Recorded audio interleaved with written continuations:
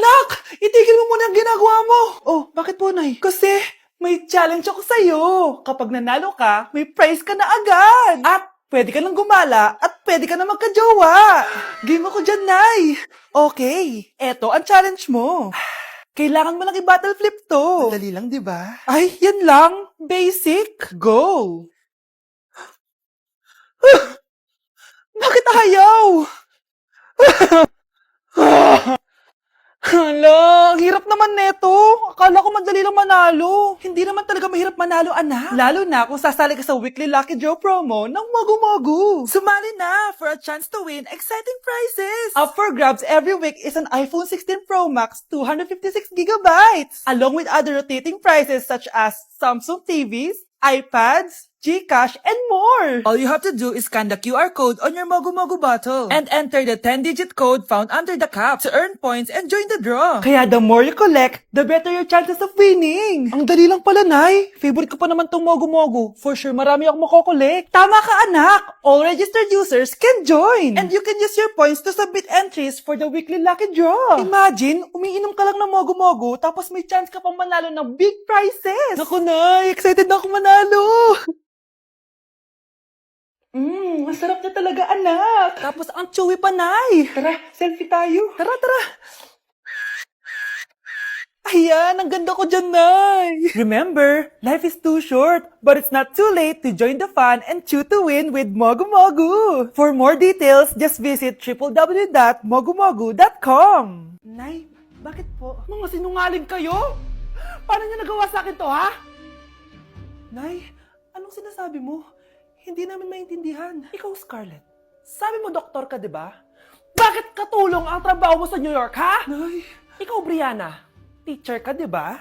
Bakit nakita ka nilang nasa bar at sumasayaw-sayaw ka pa? Ikaw, Michael. Akala ko may engineer na ako. Ngayon pala, nangi-scam ka lang ng tao. Bakit niyo tinago sa akin to, ha? Nay, hindi kasi ako nakapasa bilang nurse sa New York. Sabi nila, mas magaling kasi talaga si Brianna compare sa akin. Kaya rumakit muna ako bilang katulong para makapag-aral ulit. Oo, Nay! Sumasayaw ako sa bar. Pero di ko binibenta ang katawan ko. Kinilangan ko lang yung pera para makagraduate na ako bilang teacher. Ayoko na kasi manghingi sa'yo eh. Ang baba kasi ng sweldo ng engineer, Nay. Kaya humanap ako ng paraan para kumita ng pera. Alam ko mali ang pagiging scammer pero yun ang bumuhay sa akin, Nay. Mga anak! Sana sinabi niyo sa akin. Pamilya tayo dito, diba? Magtutulungan tayo. Bakit tinago niyo sa akin? Natakot kasi kami, Nay, na baka ma-disappoint ka namin. Alam kasi namin yung paghihirap mo. Mapag-aral lang kami. Anak ko kayo. Gagawin ko lahat para sa inyo. Sa tingin niyo ba hindi ko kayo tatanggapin, ha? Kaya itigil niyo na yung mga ginagawa niyo. Lalo ka na, Miguel! Opo, Nay. Sama-sama tayong bumangon. Nay, sorry. Wow, ang sweet naman.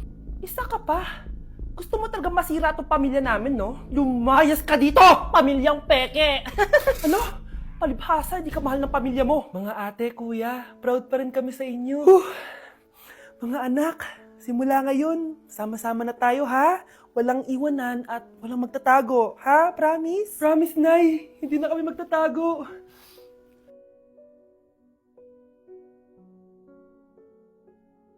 Hala, bukas na palang pasahan nito. So, ano na balita ng revision ng thesis natin, Samantha, ha? Babe, ano ba?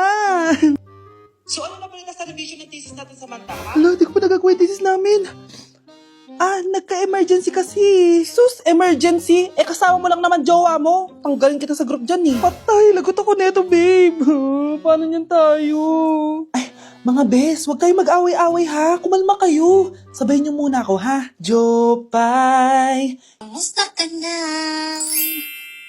Huwag ka nang mawala. Ngayon. Teka, si Scarlett ba yun?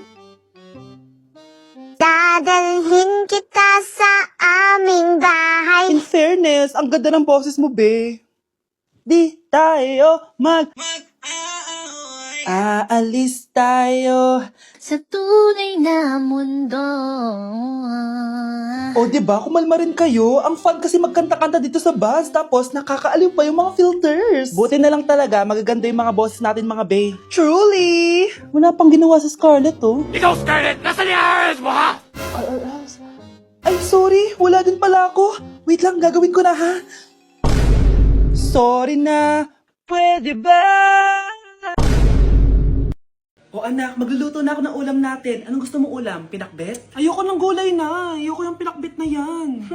Fried chicken? Nakakasawa na yung fried chicken na yan, Nay. Gusto ko yung may sabaw. Ang arte mo naman, anak. Anong gusto mo? Sopas? Sopas? Para naman tayo nasa lamay niyan eh. Gusto ko yung may baboy. Ah, alam ko na. Sinigang na baboy. Ano naman yan, anak, ha? Ba't tumidila-dila ka dyan? Di ba alam yun, Nay? Si Alden? Diyos ko, kaka-tiktok mo na naman yan eh. Ano na naman pinapanood mo, ha? Ay, naku, mga bata ngayon. Nakakatakot na kayo. Iniisip mo pa rin ba yung sinabi ng dati mong asawa? Baka totoo nga. Na isa lang akong hampas lupa. Na hindi nagaganda ang buhay. Ano ka ba? May anak ka na umaasa sa'yo. Tsaka, magkakatrabaho ka na, di ba? Hindi ko na alam. Sobrang bigat na. Pero salamat, Susan. Napagaan mo loob ko.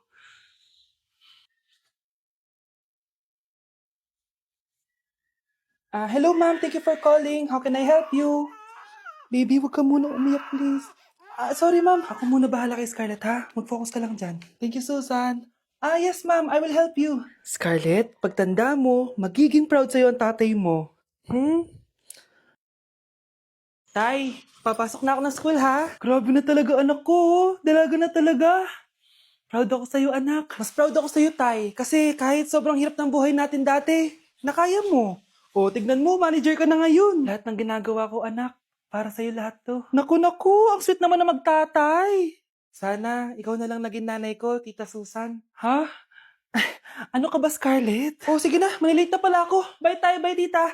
Hi, first day of school. Sana maging masaya tong chapter ng buhay ko. Kailangan may picture ako. Hoy, cellphone ko! Kala mo ba makakatakas ka? Balik mo yan. Miss, cellphone mo ba to? Cellphone ko. At doon nagsimula ang kwento naming dalawa. Sa susunod kasi, mag-ingat ka. Salamat. Simula nun, palagi na kami sabay kumain. At syempre, nagsishare ng baon. Palagi din kami tumatambay pag walang teacher at pinagchichismisan namin ang mga classmates namin. Sabay din kami umuwi hanggang sa... Uy, Scarlett! Tara, sabay na tayo umuwi. Sige, tara. Kunin ko lang yung mga gamit ko, ha? Oh, kanino galing yan? Eto, binigay ng crush ko. Wow, ganda. Oh, tara na, uwi na tayo, ha? Di na pala ako sasabi umuwi. May gagawin pa pala ako. Sige na. Hoy, sabi mo sabay tayo umuwi.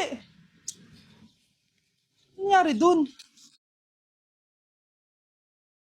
Kakagising ko nga lang pala mga mare. Charot lang, kanina pa ako gising. Habang tumatae nga pala ako mga mare, bigla ako may naisip ng pagkakakitaan. Kaya naman nagpahatid na ako mga mare sa malapit na grocery sa amin. Bagong-bago nga pala itong naisip ko mga mare at wala pa nakakagawa nito. Bumili na nga ako ng mga kakailanganin ko mga mare para hindi tayo maubusan ng stocks mamaya. Pagka uwi ko nga, inumpisan ko na agad magluto mga mare. Para naman marami tayong kitain ngayong araw. Wala talagang lugi dito sa small business na naisip ko. Dahil sa isang pack na to, 200 orders na ang magagawa ko dito mga mare. Kakaiba talaga tong fries ko mga mare. Dahil sinigang powder ang nilagay ko dito mga mare. Ito nga pala yung 70 pesos mga mare. Sobrang sulit na talaga. Sa sobrang mura nga nito mga mare, nanganganib pa ako malugi. Pero hindi na importante yun mga mare, basta marami tayong customer. Nakakatakam nga tong sinigang fries natin mga mare, for sure dadayuhin to. Hindi na talaga nakapaghintay ang mga customers natin mga mare. Kita niya naman sa mga mukha ng mga customers natin mga mare na masaya sila. Sobrang nagustuhan nga nila yung sinigang fries natin mga mare. Babalik-balikan daw nila to. Ang saya pala kumita mga mare, lalo na't galing sa dugot pawis.